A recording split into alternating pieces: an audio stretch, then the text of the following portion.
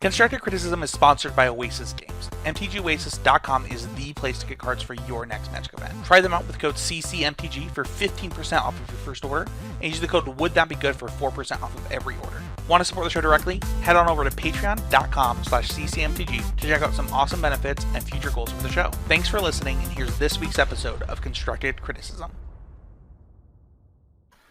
Hello, everyone, and welcome to episode 305 of Constructed Criticism. Matt Kling, did you ever think I'd say that? 305 is so many. Do you remember like episode 3? Yeah, I do. Yeah, it's kind of crazy we got this far, man.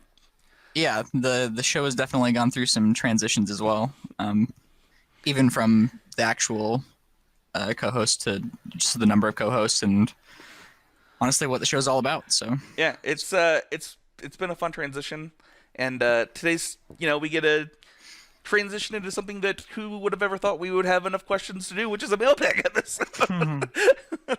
So it's going to be a pretty fun one. But you know what has been there almost the whole time, Matt, is our sponsor at Oasis Games. You can check them out at MTG Oasis to get 15% off your first order. You use the code CCMTG, and to get 4% off every order, you use the code Would That Be Good?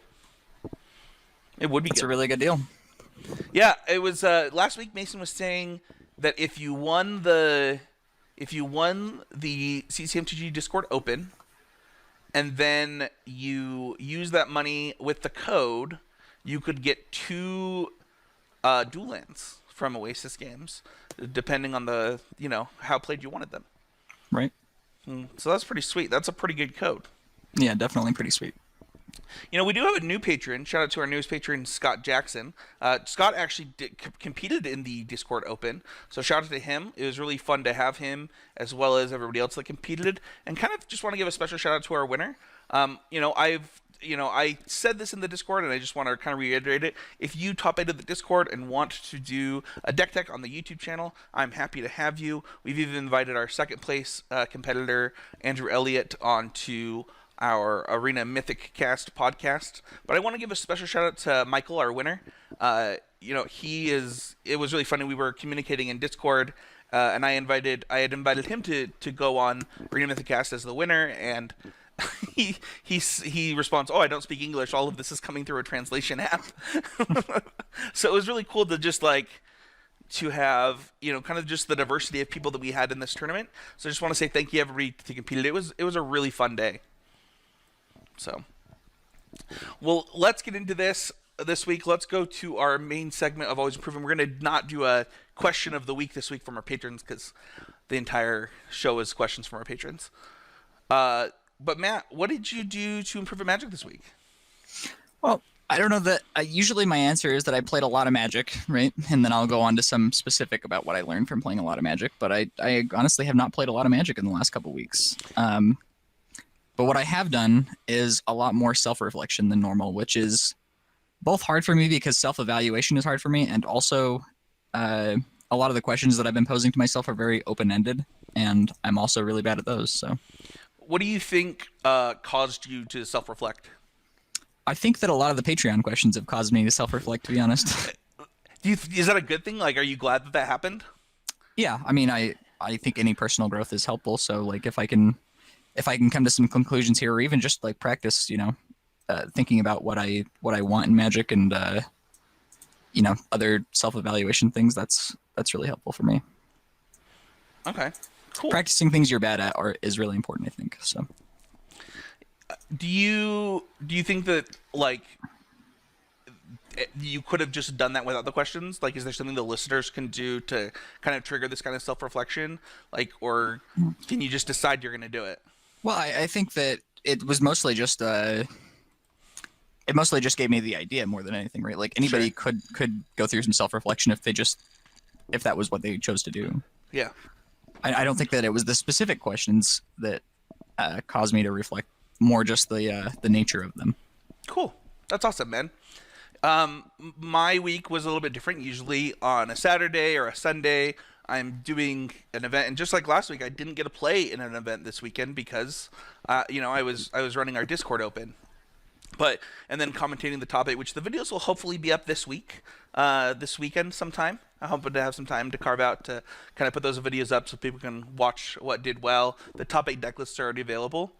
But I would like to kind of go back, Matt. You weren't here last week, but Are the VODs not on Twitch? the whole VOD is on Twitch. So there's one big VOD on Twitch, so people can watch got it. the Right. entire top 8. But I broke it down for YouTube and just have to post it there. But you could go to twitch.tv/ccvg to watch the whole VOD if you want. Okay.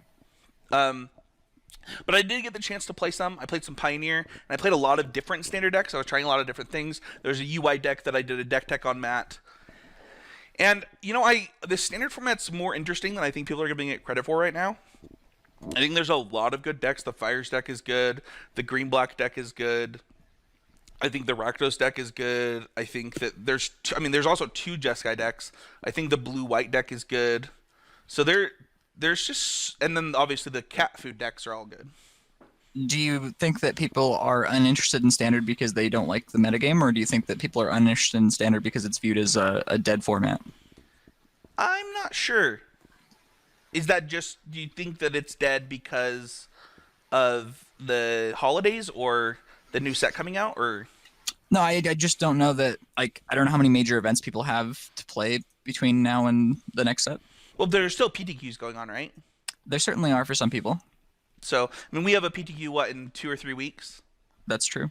And one of the reasons for me to kind of play all the different decks was because of that. So I'm just surprised to not hear more people, as this format's still pretty new, talking about it on in different areas, just because, I think the format's pretty wide open, and there's a lot of interesting gameplay, and I don't know, I'm just surprised. I do wonder if formats are sort of cast aside earlier now because the Pro Tours are so much earlier in the set, and also GPs are less relevant than they used to be. Well, there's an MC this weekend with this format.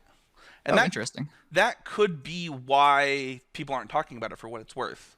That's true. Maybe people are waiting for the MC results. So we'll kind of see what that does, but I think that there's a lot of interesting decks, and I'll be interested to kind of see what this MC looks like this weekend. With that being said, it is time for my misplay of the week, Matt Kling, where you were not here last week, so you didn't get to see me start this new part of my Always Improving. I also have a good play that I want to talk about as well this week, but I made a pretty weird play. I wrote down, don't be too cute when you try to do math as a reason to make a bad play. I played a Once Upon a Time instead of Grow from Ashes into Ballista, because I didn't do the math that Grow from Ashes into Ballista with my lands equaled the amount of mana that I wanted it to be a 4/4. Instead, I did the math of what this Once Upon a Time followed by a double Grow from Ashes the next turn would do, because I was only on 4 mana. Mm-hmm. So I didn't realize that actually getting the 1 land from the Grow from Ashes was actually worth it for the Ballista the next turn.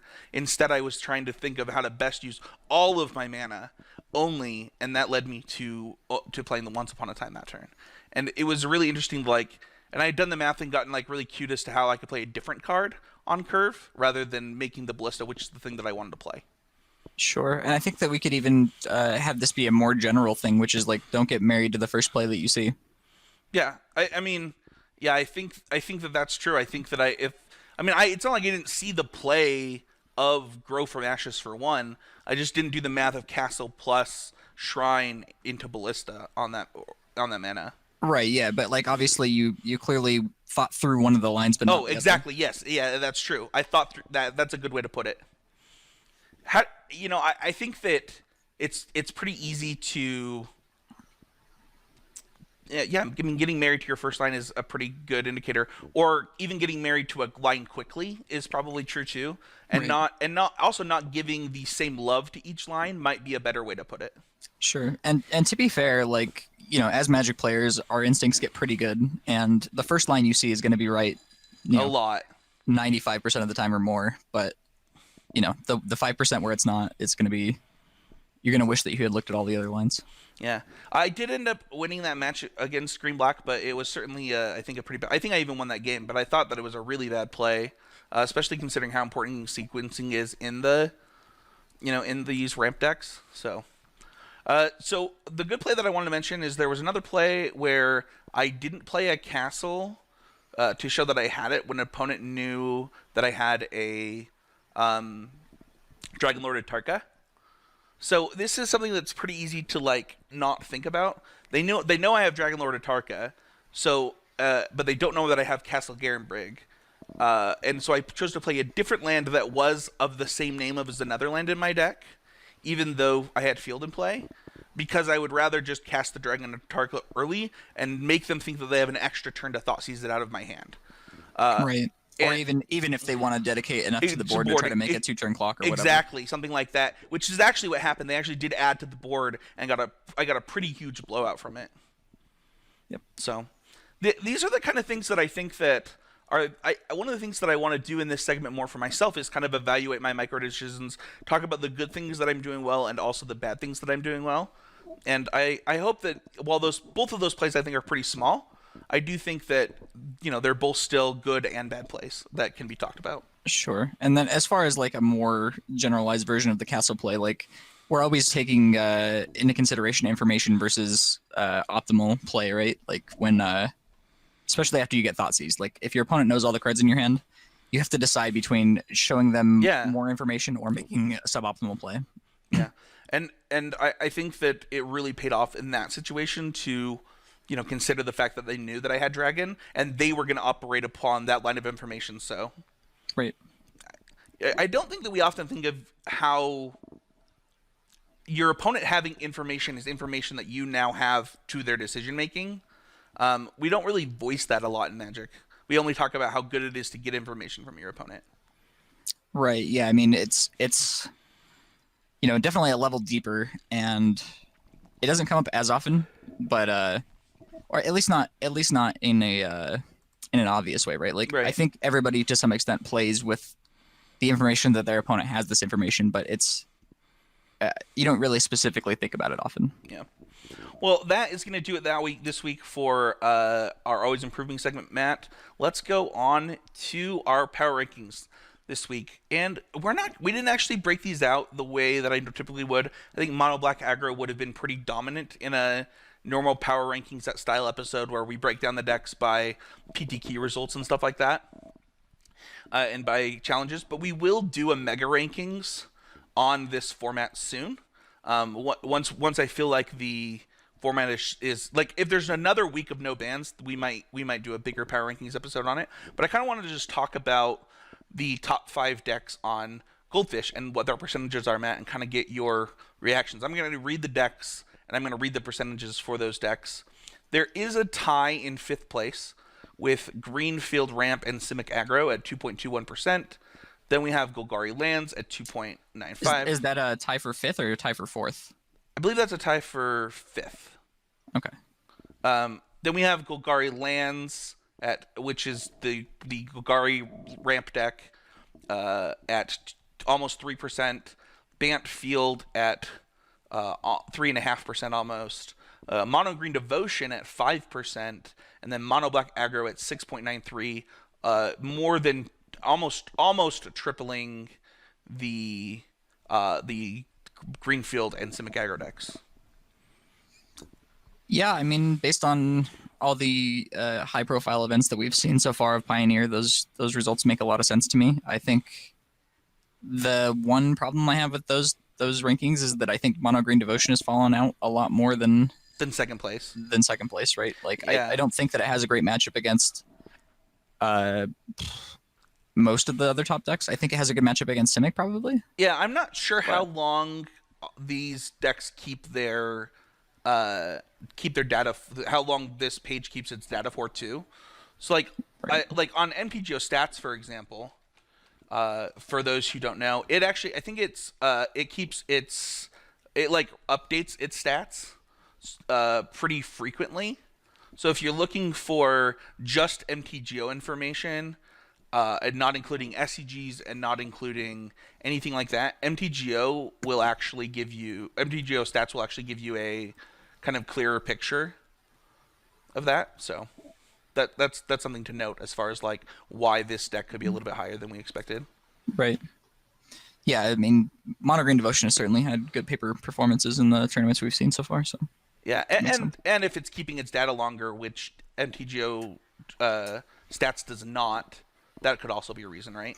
I believe it does because I've definitely seen formats where something is banned and it's still like the number one deck for a couple weeks at least. So Okay, so but there hasn't been a banning for 2 weeks, right? So that's true. I'm just saying like that gives you a time frame of how long they keep their data, right? It's sure. probably a few weeks. Okay.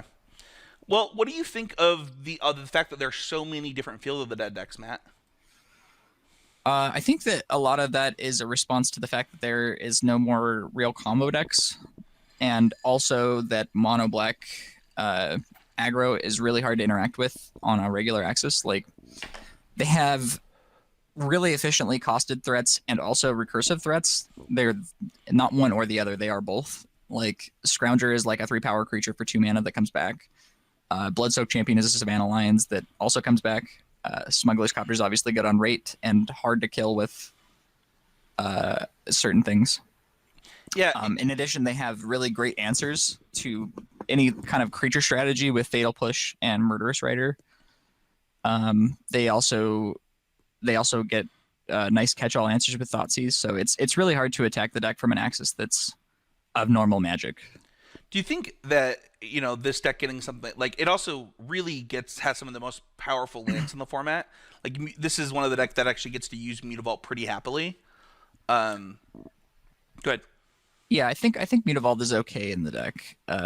It's not great, but like you said, it's kind of free. Like Yeah, you're not really playing anything that's super taxing on the mana costs. The one problem is that you're playing a lot of one drops, so like you're never gonna be able to play for a one drop with Mutavault. well, what I was going to say next is just that I think that Castle is also pretty huge in this deck from the matches that I've played against the deck. Castle is just really powerful in this strategy. Yeah, definitely. I think that between Castle Lochthwain and uh, Smuggler's Copter, they really, really get to smooth out their draws. Yeah, and when you think about Smuggler's Copter, this deck is an aggro deck playing 24 lands, and it can do it pretty happily because of Smuggler's Copter, and because, well, same thing with Castle Lockdown, right? Like, you can just use the excess mana. Definitely. And it's also noteworthy that because of the recursive elements of the deck, Smuggler's Copter is genuine card advantage a lot of the time. Like you can crew Smuggler's Copter, discard a Bloodsoaked Champion to it, and bring it back right now. Yeah, there's a lot going on in Mono Black that I think, I think it's the best deck in the format. Like, it comes in at number one, and I think that it does deserve that spot. Absolutely. I am interested to see. I mean, the original question that I had kind of placed was, why do you think that there are so many different Field of the Dead decks? And I think that the answer is like right now, Field of the Dead decks kind of operate as the control decks of the format. If you look at like the Bant Field deck or the Mono Green Field deck, those are definitely just control decks. And I think the same thing is really true of the Golgari Lands deck, but it's a control deck on a kind of like it expects to get its card advantage through its lands, and then it operates on a 1-to-1 axis. Right. Which of these kind of three strategies do you think lends itself the best to the format right now? With you, Simic Aggro, Hardened Scales, is it Phoenix and Blue Eye Control kind of being the non-mono black decks of the format right now? Sorry, which strategies do I like? Which of the three field strategies do you like? Oh, so the field strategies being Bant, black green, and like mono green. Yeah. I don't know. That's really tough to say. I haven't explored it enough. My assumption is that the Bant deck is probably favored against black green, but probably not the best against mono black. Black green is probably a lot better against mono black, but not great against Bant. And mono green's kind of a wild card there. I'm not exactly sure what your good and bad matchups are. Like in my mind, it actually seems like it might just be the better version because Ugin is really good at clearing up a lot of the threats from the other field decks, and also Exiles, which is great against the mono black deck. You might be a little weaker at Thoughtseize than the other field decks, which would be the one problem. But Yeah. I think that that's all pretty fair. To me, I'm not on any of these decks right now. I posted the list that I'll be playing in the 1Q this weekend, which is green red, but it's basically mono green splash red. right. And I kind of am on the same side of you. There's also just a couple of things that I think that these straight decks do better. One is the Bant decks aren't really playing not Hour of Promise, Once Upon a Time, which I think is really, really powerful for the deck. And I think that if I'm gonna play one of the versions, that's the one I want. I would play Golgari if I wasn't playing the version that I'm playing though. I think that the Sure. one-to-one removal makes a lot of sense, and it's not like you can't beat decks going wide with this deck. You're capable of clogging up the ground pretty well. Right. So, well, Uh, that's kind of all I have to say on this format right now. yeah, I think that pretty much sums up my feelings on the format. I mean, we'll go into a little bit more with some of the user submitted questions, but Yeah. Well, let's go on to the training grounds. Every week on the show, we like to talk about something that's going to help you get better at Magic the Gathering or life in general. And this week is probably one that we'll do both because we're doing a mailbag episode. And kind of reading over these questions, I wanted to kind of talk about, uh, you know, mental health in general because I think a lot of these questions do kind of have to do with that a little bit. And that's just that uh, your happiness and like your dedication to your time and things like that. Just kind of some of the things we're going to talk about today.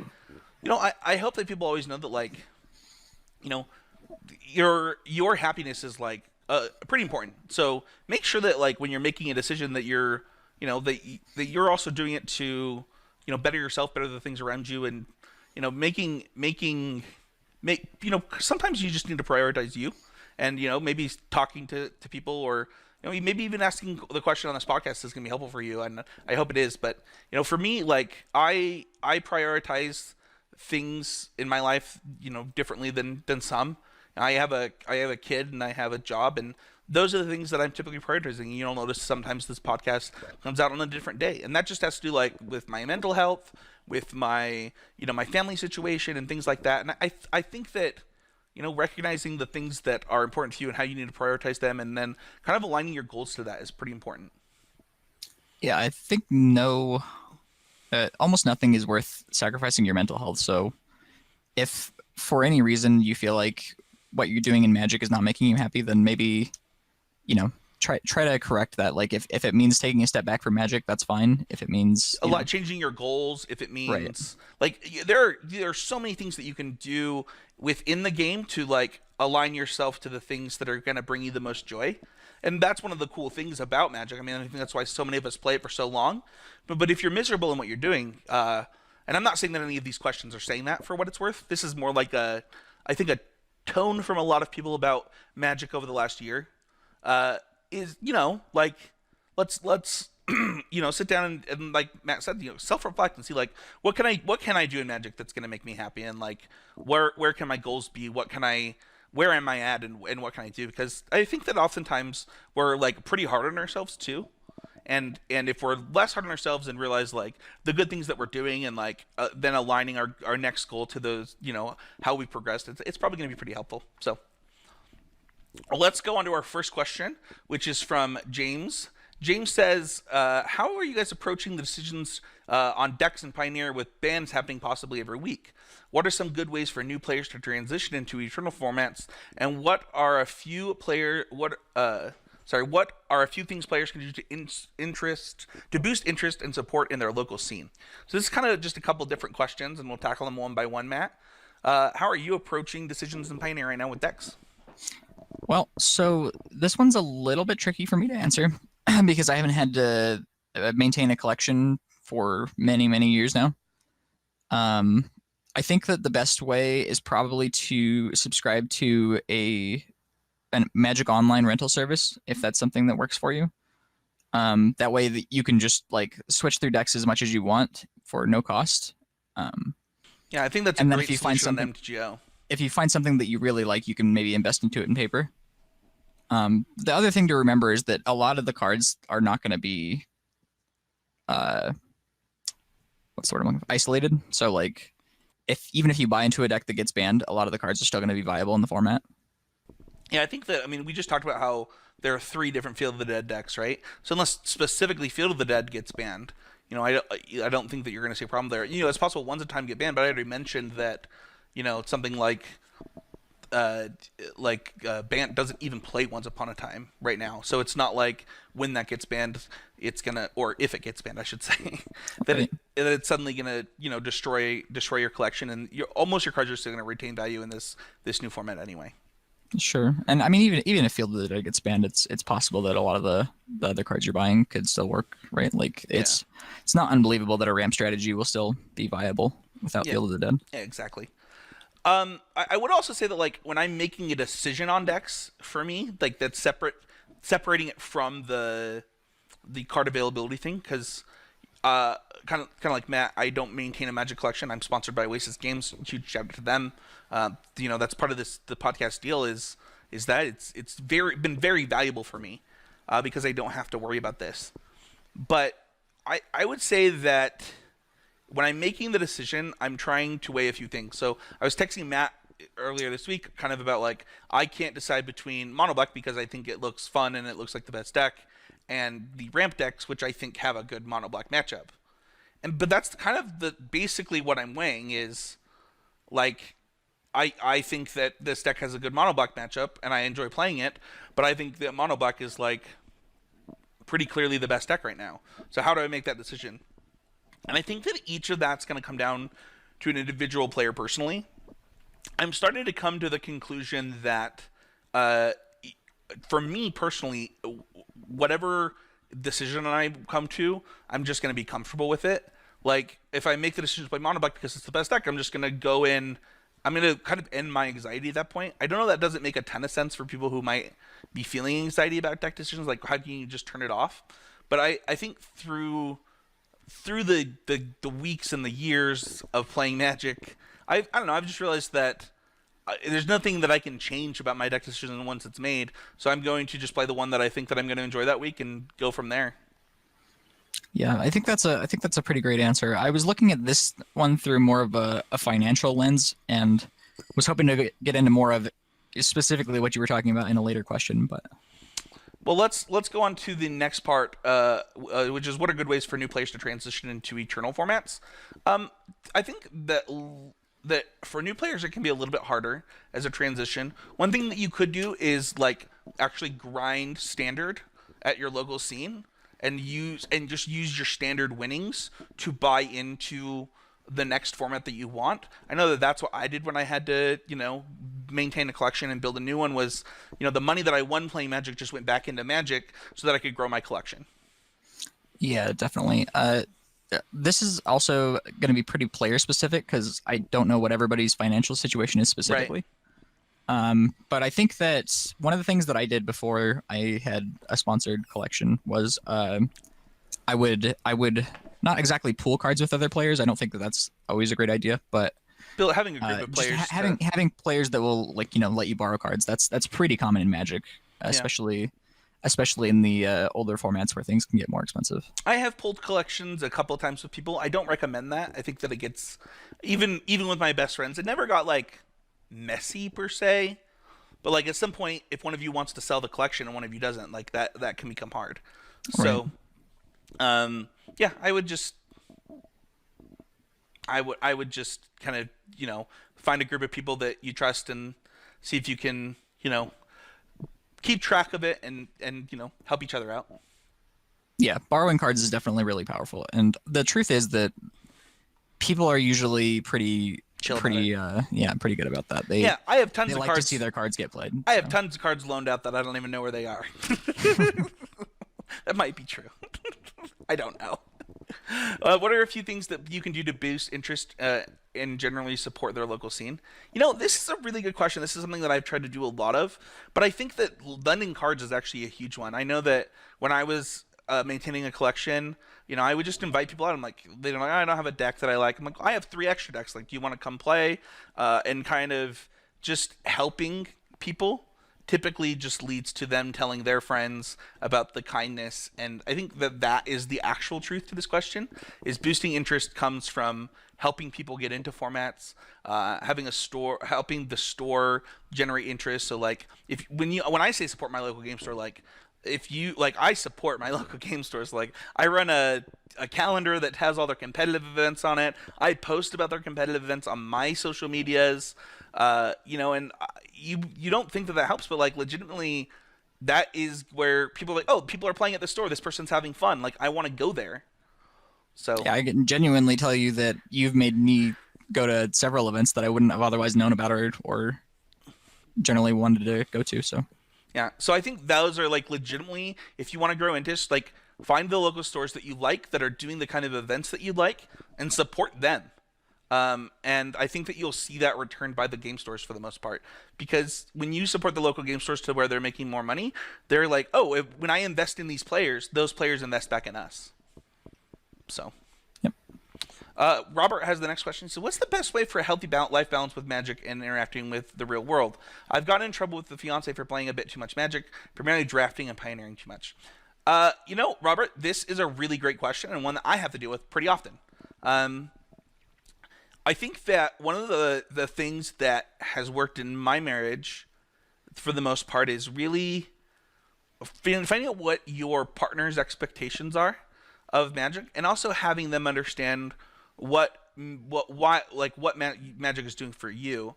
Time management. Like I can't tell you, and I don't. I think he agrees. We can't tell you how to manage your time, but what we can say is that work with your partner for things. So, for example, Tuesdays is technically my wife's day. Like, she can go do whatever she wants on Tuesday. I watch the kid, whether that's me playing Magic while he watches TV, you're playing Smash with Matt. My wife gets Tuesday to herself. I watch TV every night with my wife for the most part. Like, we put on a TV show and talk to each other about our days.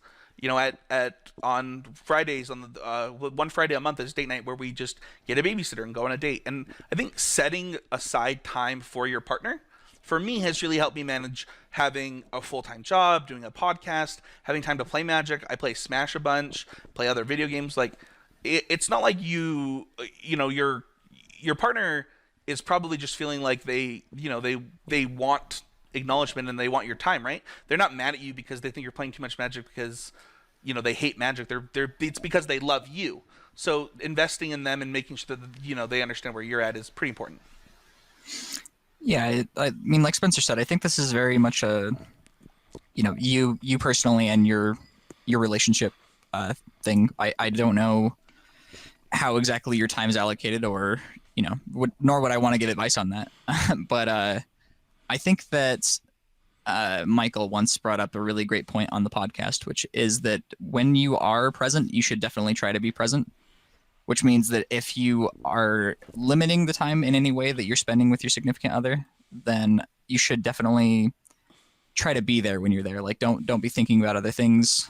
Just try to be, in the moment with them. And Michael's been in a relationship for only like 32 years with the same person. So, and every time he talks about his relationship, I'm like, Michael, are you in like the perfect relationship? Is this it? Is this what a perfect relationship looks like? So that's a guy to listen to. Justin's question is, how do you recover from a streak of mediocre events? Well, Matt, as somebody who has a streak of mediocre events, why don't you tell us? Yeah, I was just actually going to say that. Like, I actually have had what I would define as a streak of mediocre events. What are you going to do, man? Yeah, I think it's important to realize that no matter who you are, a streak of mediocre events is just going to happen to you. And you can often reflect on why that's happening. Like, maybe you are not taking the game as seriously as you once were. Maybe it's just some amount of variance. Maybe it's something in your control. Maybe it's not. But I think that realizing that no matter what level of investment you have, you're going to have a streak of mediocre events really helps you to get past it. I was mostly kidding. You just top 8'd a 1K like 2 weeks ago.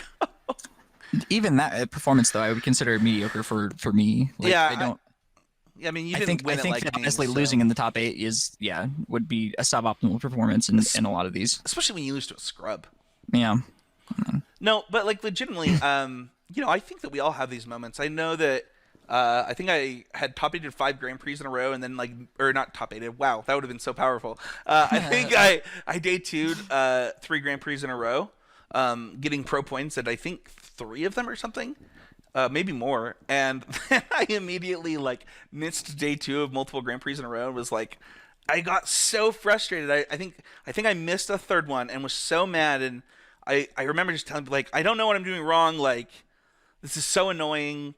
And then I just day 2'd my next Grand Prix without even I think it was my best Grand Prix performance day 1 ever, or it might have just been my best Grand Prix performance ever. I'm not even sure, but either way, it's sometimes stuff just happens,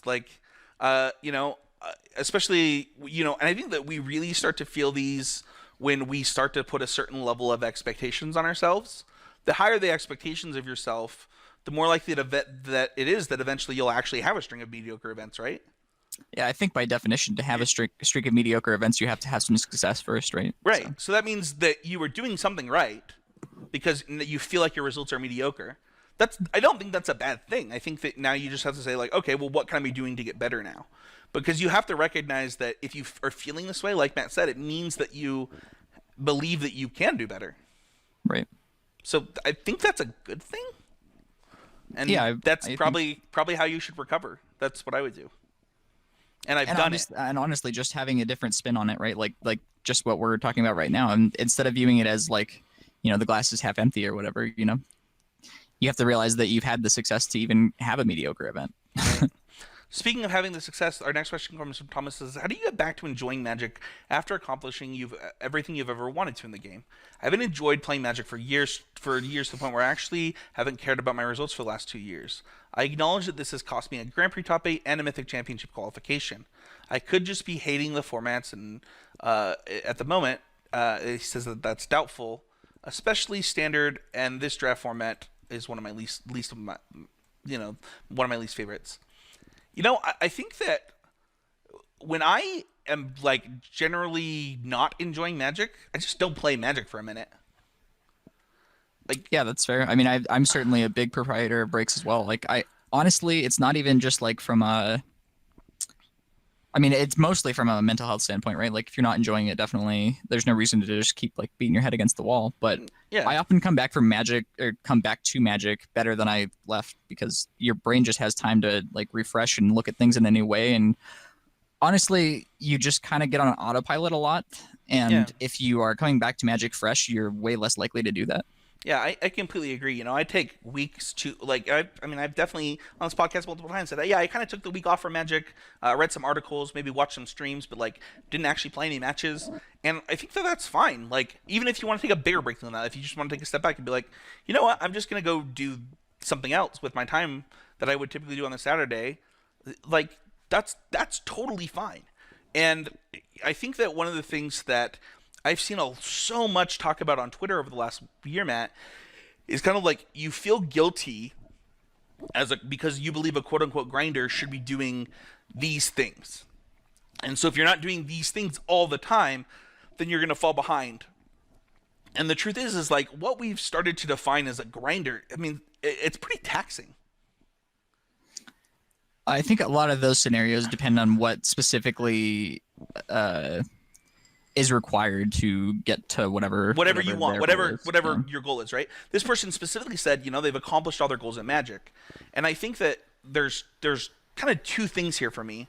One is, okay, so why don't you take a break and figure out what your next goal is? And if you're not enjoying Magic, I think that you have some time to do that. Yeah, so I think that this question actually has a pretty great answer, which is just that you honestly can't, right? You're not going to enjoy Magic if you feel like you've actually accomplished everything that you've ever wanted to in the game. Otherwise, you can decide that you want to play from a more casual standpoint, which is totally reasonable. Yeah. But if you are still trying to play competitive Magic and you truly believe that you've accomplished everything you've ever wanted to in the game, then it's just not going to work. You have to set the bar in a new place, right? Yeah. Matt, you said something to me in the car yesterday that was really interesting to me and reminded, I think, both of us of this question when I texted you about it. And you kind of said it as a joke, and I hope you said it as a joke. But you made a joke about me being CEO one day, and then I said I don't want that, and you said something along the lines of, "That surprises me. You've always wanted the next thing," and it kind of made me think about other things that I do in my life. It is true. I think for the last 5 years, anytime I've had a job, I wanted the next promotion. And I think about also the times that I'm the best at my jobs, and it's always when I want that next promotion. And when I'm working towards that next promotion, or that next raise, or that next accomplishment at work. And the same thing is true in other things that I do. We play Smash together, Matt, and do you remember the first time that I learned how to edge guard with a bomb with Link? Yeah. And like that came from, all right, I'm going to learn how to edge guard with the bomb with Link. Like, That's just going to be a thing that I now know how to do because I am losing now, and I want like my goal in Smash is just to be better than Matt and Mason. Like that right now, that's my goal. So as they improve, I also have to improve. So all of a sudden, my friends are beating me. It's like, all right, well, I'm going to learn how to throw this bomb off the stage at the right time, depending on what my other players are doing, and I'm going to get good at it. Right. And Yeah, I think also setting up micro goals is very helpful too. Instead of like, you know, like my overarching goal in everything is to become the best in the world, but that's not like that's not a certainly it's certainly possibly not an ever attainable goal, you know, likely even, but certainly not in the near future kind of goal. yeah, I think that like I mean, my goal in Magic is to be the best player in Utah. I kind of said that on the podcast, but that's not something that that I can get to just by saying that's my goal. Like I have to have like certain goals in mind to get to that point. Right. So, And I think focusing on those kind of things can honestly be a kind of an overarching theme to a lot of this, right? Like if you set up micro goals, you're going to be happier even if you have a streak of mediocre events. You're generally going to be able to balance your life better, I think. yeah. And you know, you might find more enjoy out of Magic, even if you think that you've accomplished a lot, and Yeah. even you know. Last night on Smash, for example, I got Mason's marbles, and so now I almost have all the marbles because I have 2 of the 4 marbles, and I think that having a small goal to get to the point where you want to get, and then okay, well now that I've done this, it's time to evaluate. Like that's how you're going to continue enjoying, because when you enjoy the process, and then the end, it's something that I say at work all the time is that I am a results oriented person, or sorry, I'm a process oriented person with a results driven focus. And like it means that I orient my process because I believe the results will come eventually. And then if they don't come, it means I need to adjust the process. And I think that that's exactly what you have to do with your goals in Magic. Yeah, I think that's a really great way to look at it. So, our next question is from Mason Clark. He doesn't have any marbles of mine right now or any of his. And he asks if you can find happiness in tournament results. He actually posted this as a poll question on Twitter, Matt. I'm interested to hear your answer. Interested to hear the answer from Twitter or my answer? Your answer. I want to hear your answer. I know what the answer on Twitter was. So, I don't know what the answer on Twitter was, but I think that I don't know. I am unsure. I think that you can find temporary happiness depending on what the event is and how much of an accomplishment you think it is. But I think that sustained happiness from one tournament is probably not going to happen. But I think that the results are not necessarily only that, right? Like tournament results are not the biggest indicator of how good you are, but they certainly are a reflection of it, right? Like there's no way that you're going to be top 8 in Grand Prix after Grand Prix, Pro Tour after Pro Tour if you're not pretty good at the game. And I think that's something that you could find happiness from if that was your goal. Yeah, so I put yes to this question. Twitter, 53% said no, 35% said yes, and 12% said see results. And Sure. People might be surprised to hear that I voted yes to this, but I think that tournament results, as kind of like the term there, do you think you will find happiness in tournament results? Well, one of the happiest moments of my life was qualifying for the Pro Tour. One of the other happiest moments of my life was the first time that I won the state championship. And so the answer is obviously yes. Those are happy moments in my life. I'm not going to deny, and you might be like, well, that's not real happiness. And I think, yes, it is. I was happy. Like, I think that's an interesting problem to define happiness in general. Right? Yeah, if you're feeling happy, then that's happiness. Yeah, the answer is unequivocally yes. You will find happiness in tournament results. The difference is, I think that if you're saying, will you find self-worth in tournament results? I don't know. I think that's kind of up to you. I think that, for one, when I accomplish something, it makes me happy. That's why I like Magic. That's why I like the idea of always improving and self-improvement. Is because it makes me happy to see myself doing better. I'm really hard on myself still. Like my boss all the time is like, you are way too hard on yourself. It's like, I just want to be the best at this. Like, I'm not going to be the best at this by not being hard on myself. But at the same time, when I get the news that I'm, one of my bosses, my boss's boss, wrote a note that he thought I was the best at something that my job does in the company. That made me really happy. Like that's something I worked really hard on. So yeah, I it made me happy, and it made all of that time that I spent preparing for that thing great and worth it. And yeah, I think that you can find happiness in tournament results. And it's even a lot easier, I think, when you're process driven, process oriented. Right. I will say that I did not find a lot of happiness in my GP top eight, but I think that was more of a problem with me than a problem with not being able to find happiness in results. I think that my problem was that I didn't have micro goals at that point in time, so it felt more just like another rung on the ladder rather than something that was an actual accomplishment, and that's a me problem. Right. How do you, so let's say that you top eight this SCG coming up. Do you think you'll be able to find happiness in that at this point? I think I'm honestly a lot more likely to find happiness in that just because it's a team event. Yeah, playing as a team is gas. Yeah, definitely. Adrian Carr asks, how do you predict the future of a metagame? Like, Pioneer Mono Black is having a lot of success currently, while Hardened Scales and Devotion prove to be strong as well. So, how do you proceed from here? Would you like a deck? Would you look for a deck with matchups well against Mono Black on the other matchups, or would you just pull Mono Black as a trigger to adjust? All constructive input is welcome. Thanks. So, I love this question, and it's something that I just talked about earlier. So for me, yeah, I think that Mono Black is clearly the best deck in my mind. But there's a few things that I take into consideration here, Matt.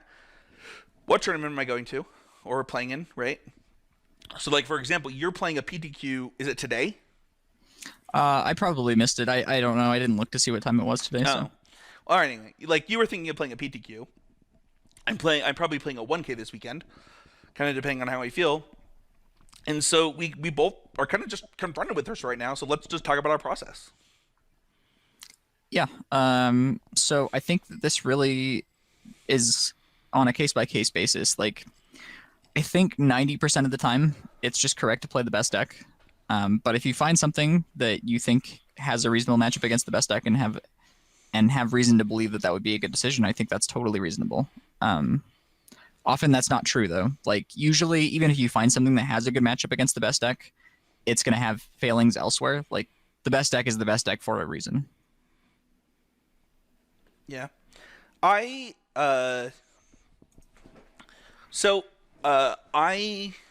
probably have a weakness of not playing the best deck enough.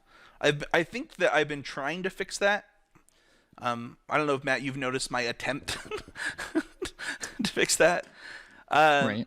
And, pretty often, I think I've done a good job. But, we talked about, me just playing Golos because not trying to get too cute, just because, like, well, I think Golos is the better deck, so I'm going to play it.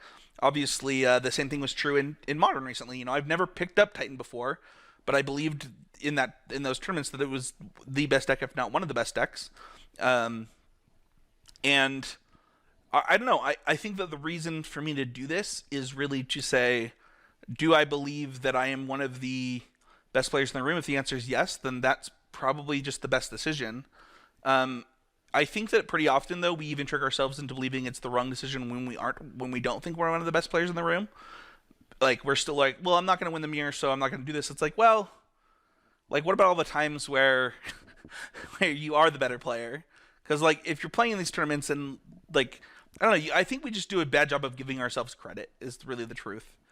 I also think you're absolutely setting yourself up to continue to have that be a problem. Even let's say it is true. Let's say that you are going to be disadvantaged in every mirror match. Like, if you continue to not subject yourself to mirror matches, you're just going to continue to be the worst player in every mirror match. And, like, the amount of times that you're going to be sacrificing real equity. This is actually a really big deal. Like, playing a better deck than your opponent is worth 15% or more in a match. And if you're willing to sacrifice that in every format just because you don't want to try to practice mirror matches, like, that's going to be the biggest thing holding you back in Magic, and it's not close. Yeah.